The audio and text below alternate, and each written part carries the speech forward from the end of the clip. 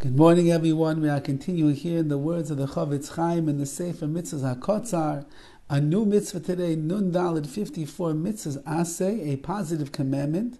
Sheyifta Yisrael es benai bechor li'ima Yisraelis. If a Jewish man and a woman have a son as their first child, and that child is the first one completely, meaning there were no miscarriages beforehand, and it came in a natural way, not through a C-section, it came through the birthing canal, so then this child is called a bechor halachically, and you're obligated to redeem him so that he belongs to the father and the mother and does not go to the kohen. As it says, Shenemar ach padoi siftes bechor adam. You should certainly redeem your firstborn son. Pidyan HaBen. That means that a firstborn really is owned, so to speak, by the kohen, and therefore the kohen has rights on this boy if he would like to. He's consecrated and sanctified. He can be used for avodah, for service in the Beis HaMikdash and the like, if the kohen wants so. And therefore we must redeem our son, our firstborn son, from the kohen. So what do you give him? You give him 5 sloim, as a certain amount of silver, or you give him an object that is worth the same value as 5 sloim. You give this redemption money to the kohen. And the money now that is given to the kohen is chulin, it's not holy money, which means the kohen can take that money that you gave him, and he can go buy himself dinner if he would like to. He can go on vacation with it. It's a decent amount of money. He can use it for whatever he would like it to. It doesn't have to go or be relegated to the Beis HaMikdash and used only for holy consecrated things. Now, if the father of this firstborn son is a kohen or a Levi himself, or the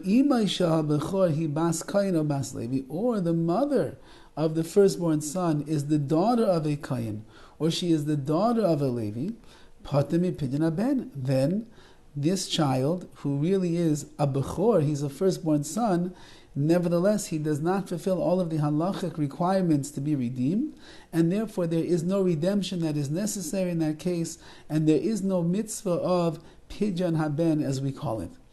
Uzman Pidyanai, the time to redeem this child. Again, we're talking about a child who is born from a Jewish father and a Jewish mother, and it is the firstborn son, and it came into this world not after a miscarriage, nor did it come in a C-section, it came through the birthing canal itself, and the father and the mother are Yisraelim. Neither one of them is a kohen or a Levi, or the daughter of a kohen or the daughter of a Levi. So then, when is the appropriate time to redeem them? Says the Horowitz, 30 days after the time that it was born. So on the 30th day, you will find that you redeem this child. Shenemar, like it says, Upiduyav mi ben chodesh tifter. The redemption will take place from 1 month of its birth. That's when you will redeem it. Let's say he doesn't have a father. Let's say the father passed away or the like. Since the father is not there on the 30th day, he has an obligation to go and to redeem himself later on when he's yagdil, when he grows up.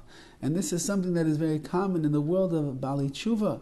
Many Balei Tshuva, people that came to Yiddishkeit, to Torah and mitzvahs later on in their life, they grew up in a secular home.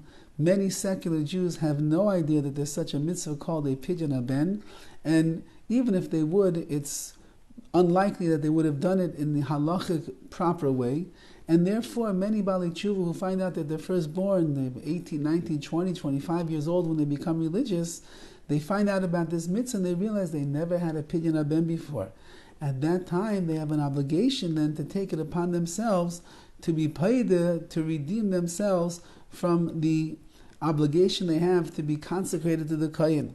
And it's something famous that takes place in many yeshivas for Balei Tshuva. They'll make a communal Pidyan HaBen. It's a beautiful ceremony and a service where the people in their 20s, sometimes even in their 30s, that never had it before, they'll get together, they'll bring in a kohen to act on behalf of them, and he will make the Pidyan HaBen for them.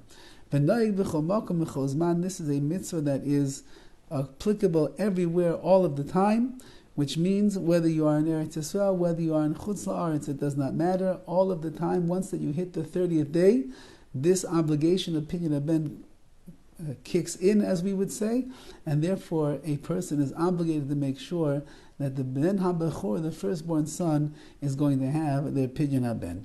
Have a wonderful day and a wonderful Shabbos. We'll see you, Be'ez Hashem, next week. All the best.